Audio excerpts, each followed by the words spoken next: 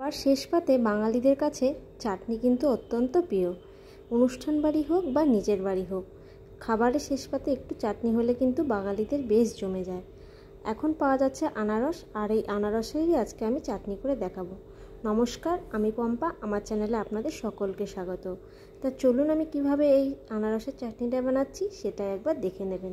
তো দেখুন, এখানে আমি প্রথমে নিয়েছি একটা আনারস। আনারসটা একটা যখন চুজ করবেন তখন কিন্তু একটু পাকা দেখে চুজ করবেন, কারণ পাকা আনারসের চাটনি খেতে বেশি ভালো লাগে। আর একদম নরম বা রস গড়াচ্ছে এরকমও আনারস নেবেন না, তাতে কিন্তু চাটনির রসটা বেরিয়ে গেলে আনারসটা খেতে ভালো লাগবে না বা চাটনিটা খেতে ভালো লাগবে না। তা দেখো, এখানে আমি আনারসটা কেটে নিয়েছি। আমি এটা বটিতেই কেটে নিয়েছি। বটিতে কাটলে আমার কাছে বেশি সুবিধা হয়, চোখগুলো ভালো ফেলতে পারি, কারণ ছুরিতে আমার কাছে অতটা সুবিধা হয় না। তা আপনাদের যেরকম সুবিধা সেভাবে কেটে নেবেন। তো এখানে 4টে টুকরো হয়েছে। আমি 4টে টুকরো পুরো আনারসটা দিয়ে চাটনি করব না, আমি 2টো টুকরো করব। তা প্রথমে আমি যতটা পারবো স্লাইস করে কেটে নিয়েছি, এবং স্লাইসগুলো খুব যেন পাতলা হয়, কারণ আনারস গলতে বেশ সময় লাগে। আমি ছোট ছোট টুকরো করে নিয়েছি যাতে আনারসটা তাড়াতাড়ি গলে যায়।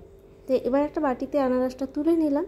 দেখো, 2টো আনারসেই আমার অনেকটা হয়ে গেছে। 2টো আনারস মানে 2টো আনারসের টুকরোতে। তো আমি গ্যাসে একটা কড়াই বসিয়ে দিয়েছি। এবার দিয়ে দিলাম 1 কাপের মতো চিনি। তোমরা যেরকম মিষ্টি খেতে ভালোবাসো সেরকম করবে, তবে আনারসের উপরে ডিপেন্ড করে, কারণ আনারসটা বেশ মিষ্টি ছিল। পাকা আনারস নিলে কিন্তু বেশি চিনি দেওয়ার প্রয়োজন নেই। তা আমি এখানে 1 কাপ চিনির সাথে 2 কাপ জল দিয়ে দিয়েছি। তা চিনি আর জলটা ভালোভাবে ফুটতে দেব। যখনই চিনিটা গলে আসবে ততক্ষণ পর্যন্ত অপেক্ষা করব। দেখো, চিনিটা আমার গলে গেছে। আমি এখানে আনারসটা দিয়ে দেবো আস্তে আস্তে। তোমরা চাইলে প্রথমে আনারসটা শুধু জলেও সেদ্ধ করতে পারো, কিন্তু আমি আগে চিনিটা দিয়েছি যাতে রসটা বেশ ঘন হয় আর আনারসের চাটনিটা খেতে বেশি ভালো লাগে। তা দেখো, এবার আনারসটা দিয়ে দিলাম চিনি আর চিনির জলের মধ্যে। এবার আমি এখানে দিয়ে দেবো প্রথমে একটু হলুদ। আমার কাছে একটু সাদা সাদার থেকে একটু কালার হলে বেশি ভালো লাগে, তা আমি এখানে কোনো ফুড কালার ইউজ করছি না। ঘরে থাকা সামান্য একটু হলুদ আর একটু বিট নুন দিয়ে দিলাম। 1 চামচের মতো বিট নুন দিয়েছি। তাই এটা বিট নুন আর হলুদটা ভালোভাবে মিশিয়ে নিচ্ছি আনারসের সঙ্গে। এবার এটাকে কিন্তু আমি প্রথমে ঢেকে দেব, কারণ আনারস সেদ্ধ হতে বেশ কিছুক্ষণ সময় লাগে।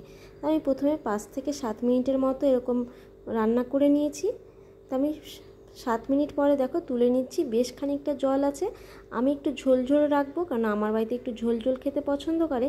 তোমরা যদি চাও তো একটু বেশি গ্যাসের ফ্লেমটাকে হাই করে দিয়ে ঝোলটা একটু টানে নিতে পারো। আবারও আমি কিছুক্ষণের জন্য ঢেকে দিলাম। এবার দেখো, জলটা অনেকটাই টেনে গেছে আর আনারসটাও প্রায় সেদ্ধ হয়ে এসেছে। আমি কেটে কেটে দেখে নিলাম। আমি আরও 2-3 মিনিটের জন্য এটাকে ঢাকা দিয়ে রেখেছিলাম যাতে ভালোভাবে গলে যায়।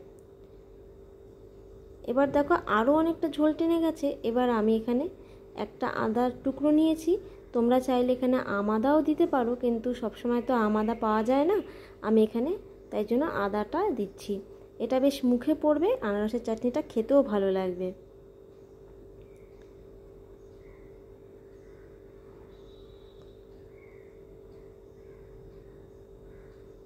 আদাটা দেওয়ার পরে আমি প্রথম একটা লঙ্কাকে আমি ছোট ছোট টুকরো করে রেখেছিলাম সেটা দিয়ে দিচ্ছি। এখানে এটা আমি শুকনো লঙ্কা ব্যবহার করেছি, তোমরা চিলি ফ্লেক্সও ব্যবহার করতে পারো। তবে শুকনো লঙ্কা দিয়েও, চিলি ফ্লেক্স না থাকলে শুকনো লঙ্কা দিয়েও এটা করা যাবে। তারপরে আমি কাজু কিশমিশটা দিয়ে দিলাম। এখন কিন্তু বেশ খানিকটা ঘন হয়ে এসেছে, জলটা ফুটে আর আনারসটাও গলে গেছে। আমি কাজু কিশমিশ দিয়ে কিছুক্ষণের জন্য ঢেকে গ্যাসটা বন্ধ করে দেব। তারপরে আমি এখানে গ্যাস থেকে নামিয়ে রেখেছিলাম। তারপরে দেখো, এরকম 1 চিমটে লেবু রস আমি এর ভিতরে দিয়ে দিচ্ছি। রসটা দিয়ে আমি কিছুক্ষণ ঠান্ডা হতে সময় দেব। দেখো, আনারসের ঝোলটাও গাঢ় হয়ে গেছে, আনারসটাও মজে অল্প হয়ে গেছে। এবার আমি গরম গরম একটা প্লেটে ঢেলে নিচ্ছি। দেখতে কত সুন্দর হয়েছে। আবার একটু উপর থেকে কাজু আর কিশমিশ দিয়ে গার্নিশিং করে দিচ্ছি। এটা দেখতে যেমন সুন্দর, খেতেও তেমন লোভনীয়।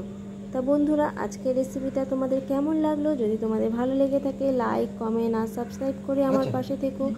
আবারও কোনো নতুন ভিডিও নিয়ে তোমাদের সঙ্গে দেখা হয়ে যাবে কোনো ভিডিওতে। আর পুরনো বন্ধুদের সবসময় আমার মনের আন্তরিক ভালোবাসা। আজকে যারা নতুন দেখছো আমার ভিডিওটা, তারা প্লিজ আমার চ্যানেলটাকে সাবস্ক্রাইব করে আমার পাশেই থেকো। আবারও কোনো নতুন ভিডিও নিয়ে তোমাদের সঙ্গে দেখা হয়ে যাবে। থ্যাংক ইউ ভিডিওটা দেখার জন্য।